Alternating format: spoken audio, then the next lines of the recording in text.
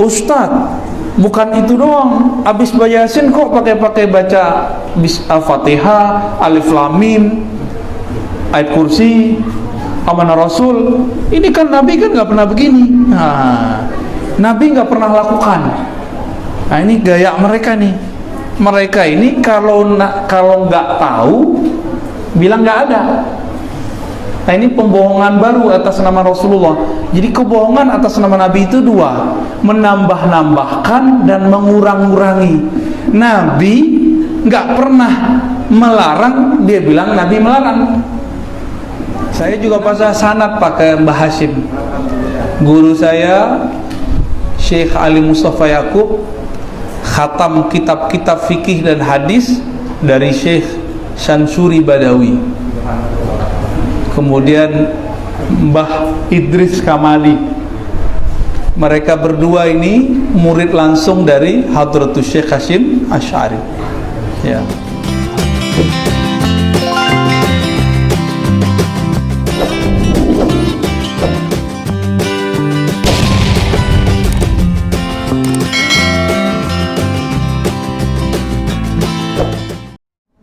Belakangan ini hobinya orang Jawa di mana-mana pasti yasinan, Pak ya. Yasinan, apalagi selamatan, kendurian. Kalau saya suka duriannya, Pak. Modus, Pak ya. Apalagi tuh? 7 bulanan ya. Oke. Apalagi? Orang meninggal diapain nama tuh? Tahlilnya 7 hari. Wah, itu bagi mereka apa tuh? Udah dengar mereka bilang bapak-bapak ini ahli bid'ah? Udah dengar ya? Terus mau balas gak? Mau dikasih senjata gak? Ya, bukan senjata golok Pak, bukan. Karena mereka main mulut, kita balas pakai mulut. Mereka pakai dalil, kita balas pakai dalil. Bukan untuk mengalahkan mereka, tapi niatnya untuk menenangkan hati kita dalam beramal. Satu kali datang seseorang ke rumah. Dulu saya tinggal di pesantren ya, di rumah untuk ustadz, untuk pengabdi. Tiba-tiba ada yang datang ya, nanyain konfirmasi. Itu hadis yasinan itu hadisnya dhaif. Tahu dhaif, Pak? Apa arti dhaif? Mantap ini santri kali dulu ya. Sebelum pindah ke sini santri nih kayaknya. Alhamdulillah. Ya. Saya juga ngantri Pak sama orang Jawa. Guru saya orang Jawa banyak ya. Orang Jawa bisa hafal Alfiah, orang Arab aja enggak. Dan orang Jawa tuh kalau lagi naik motor bisa bolak-balik baca Alfiah, selesai. Tapi orang Arab belum tentu bisa. Jadi pas kami dulu tes sama Syekh Hasan itu, beliau kaget ketika ada mahasiswa hafal Alfiah. Beliau doktornya Al-Azhar, ulama Damaskus, tinggal di Jerman sekarang. Nah, hadis dhaif kata mereka gitu ya. Oke. Anggaplah hadis yasinan hadisnya dhaif. Siapa yang mendhaifkannya? Syekh Al-Bani namanya, Pak. Jadi ada hadis itu disebut sahih, valid. Yang kedua disebut hasan, bagus. Yang ketiga disebut dhaif. Nah, ini untuk ngulang-ngulang aja. Yang sahih, hasan boleh dipakai. Yang dhaif ada yang boleh dipakai, ada enggak.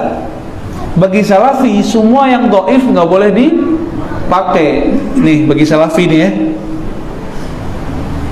Dalam bab ibadah nggak boleh dipakai apa kali? Dalam bab akidah.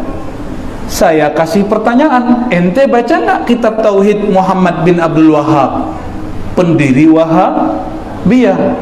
Di situ ada hadis-hadis dhaif dipakai untuk akidah.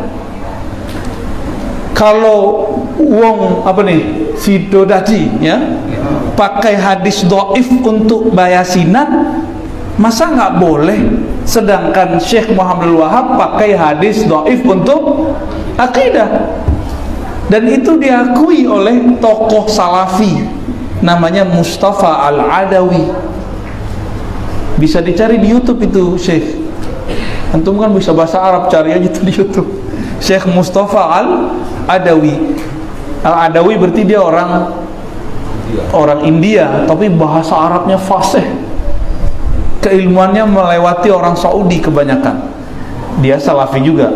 Mustafa Al-Adawi ini kemudian diserang, dibully oleh orang-orang Wahabi karena berani mengkritisi kitab imamnya.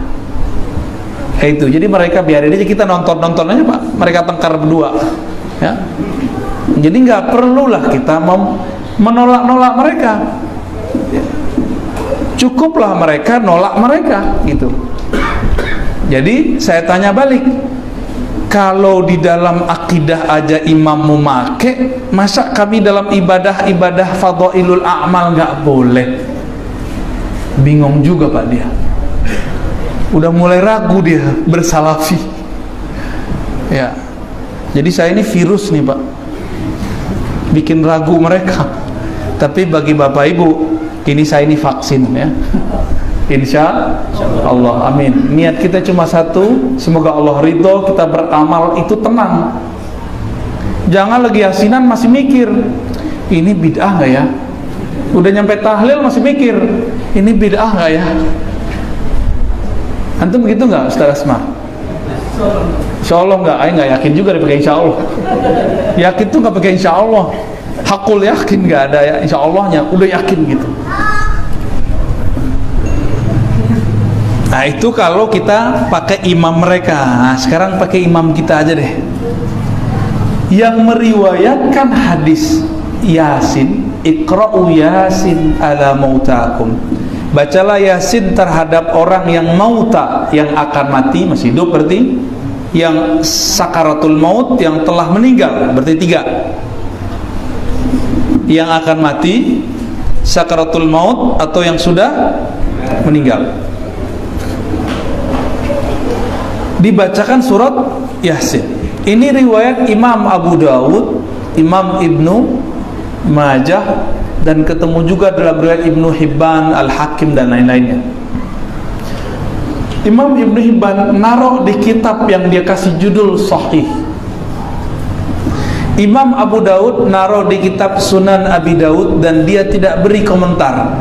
Abu Dawud kalau tidak beri komentar berarti hadisnya bagus. Istilah zaman itu belum ada hasan, istilahnya soleh. Wa ma sakattu anhu fahuwa salih. Hadis kalau Imam Abu Dawud tidak komentar, maka hadisnya bagus. Berarti hadis yasinan bagus nggak Pak? Bagus. Mentang-mentang yasinan nih yang bilang bagus-bagus aja nih. Ya. Ayat Quran yang dibaca. Iya. Itu dalil terakhir itu Ustadz. Sabar tahan.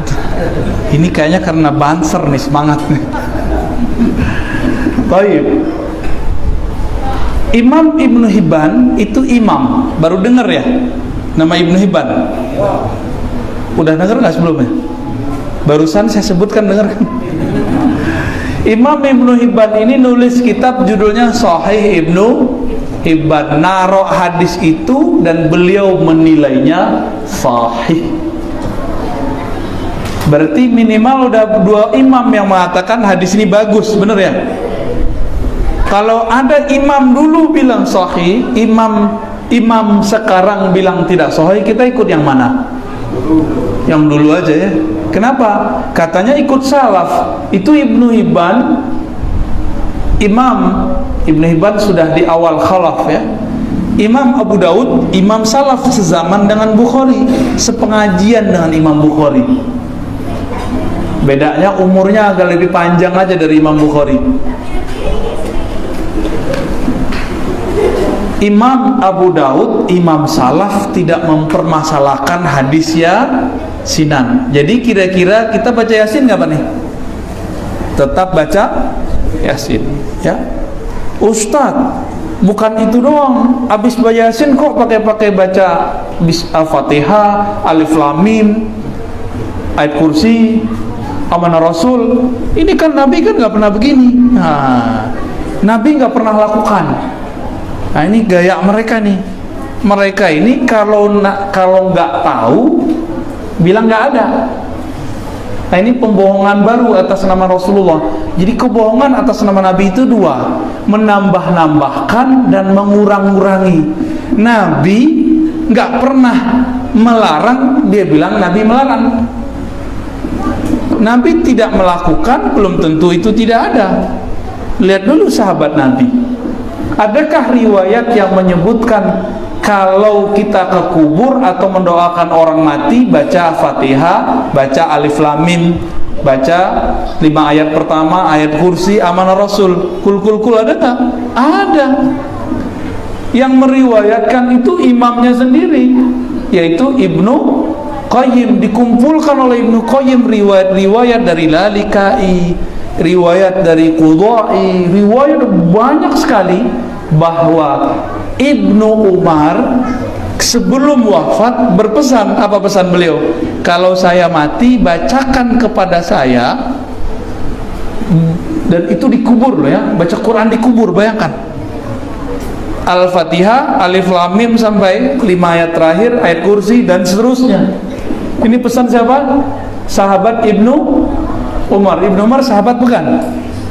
Anak dari Umar, namanya Abdullah bin Umar. Maka amalan yasinan lalu khataman dimulai dengan Fatihah, Alif Lam Mim, ayat kursi, amanah Rasul, kul itu bukan buatan NU. Buatan siapa? Buatan siapa itu? Itu buatan Ibnu Umar. Minimal kalau kamu sebut Nabi, tuan Ibnu Umar PNU. Kalau emang malu, wah saya nggak mau jadi NU, ya sudah. Ini lihat di riwayat bukan NU yang meriwayatkan. Berarti ini hadis sudah ada sebelum NU lahir, benar nggak? Terus kenapa NU yang disalah-salahin masalah yasinan, masalah khataman? Orang NU itu cuma menikmati fasilitas yang sudah ditulis oleh para ulama, dipakai oleh mereka. Ya.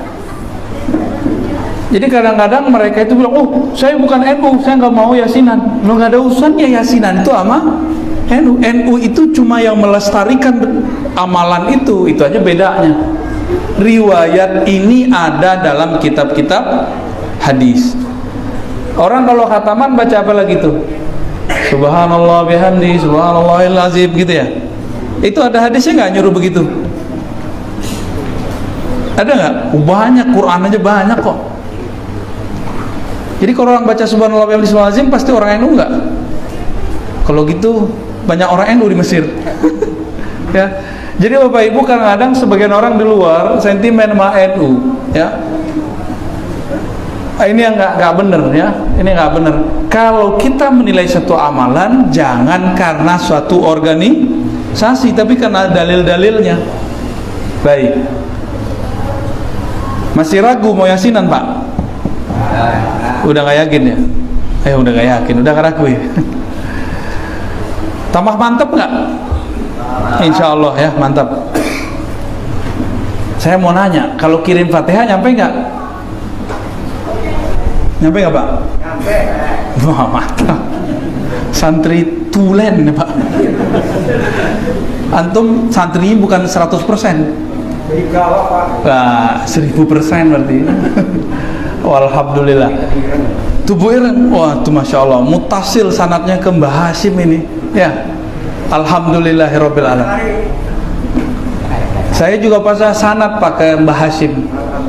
Guru saya Syekh Ali Mustafa Yaqub khatam kitab-kitab fikih dan hadis dari Syekh Syansuri Badawi. Kemudian Mbah Idris Kamali. Mereka berdua ini murid langsung dari Hadratus Syekh Hasyim Asy'ari. Ya. Alhamdulillah. Orang saya ini bukan orang Jakarta loh Pak ya, saya orang Payakumbuh. Tapi nikah mau wong Jawa. Bapak kalau pergi ke Mesir, ke Yaman, itu orang hadroh dan itu bukan NU. Ya. Di sini yang melestarikan mahabbah Nabi, amalan-amalan seperti tadi itu ulama Nahdiyin. Makanya Saya walaupun tidak masuk organisasi NU, saya sangat mendukung amalan itu. Kenapa? Kalau nggak NU, siapa lagi yang melestarikan? Muhammadiyah punya tugas lain, bikin rumah sakit yang gede-gede, bikin universitas di mana-mana. NU kan baru buat, Pak. Bener ya? UNU ya. Unisma baru buat, Staino. Muhammadiyah udah di mana-mana. Jadi bagi tugas aja. Berkat di masyarakat NU, berkat di kampus biarlah orang Muhammadiyah. Walaupun kita buka tuh dada dosen-dosen di Muhammadiyah itu dalamnya hijau juga, Pak. Hijau kayak jubah saya ini persis ya. Itu kita ketemu banyak, ini saksinya banyak ini ya. Pengurus-pengurusnya itu karena di NU ngantri bro. Kalau di NU sini nggak ngantri karena nggak ada gawagis. Gus nggak ada di sini. Di sini siapa bisa jadi siapa, yang penting alim, benar nggak? Jadi orang Jawa nyampe di Pasaman, budayanya udah campur aduk. Jadi antri ke gus-gusnya nggak ada. Kalau di Jawa kan kita hormat ke gus. Jadi kalau yang jadi ketua NU, Ibnu, apalagi nih ketua Banser gitu ya, ya itu harus gus-gus. Istilah kami di pesantren gawagis, jamak dari gus. Di sini nggak ada antri kan, Pak? Siapa yang berbakat bisa jadi kan? Wah, keren itu. Itu versi Minangnya tuh. Tapi bajunya tetap hijau ya. Saya hijau begini karena saya cinta Rasulullah. Saya yakin orang NU hijau karena cinta Rasulullah sallallahu alaihi wasallam. Suatu kali ada seseorang bermimpi ketemu Nabi dan dia melihat pakaian Nabi dan cahaya Nabi warnanya hijau. Ternyata ketemu dalam Sunan Tirmizi disebutkan bahwa Nabi ra'aitun Nabi sallallahu alaihi wasallam wa alaihi. Nah, aku melihat Nabi sallallahu alaihi wasallam dan padanya ada pakaian atas bawah. Jadi pakaian itu atas bawah. Ada dua. Nabi itu pakaiannya dulu bukan gamis dari atas ke bawah satu, itu sudah budaya baru. Budaya masa Rasulullah itu ada atasan, ada bawahan. Akhdarain, yang dua-duanya warna hijau. Hijaunya mirip-mirip begini, Pak. Emang begini insyaallah ya. Alhamdulillah. Tapi kalau aura hijau itu beda lagi tuh. Apalagi kolor hijau itu beda lagi tuh.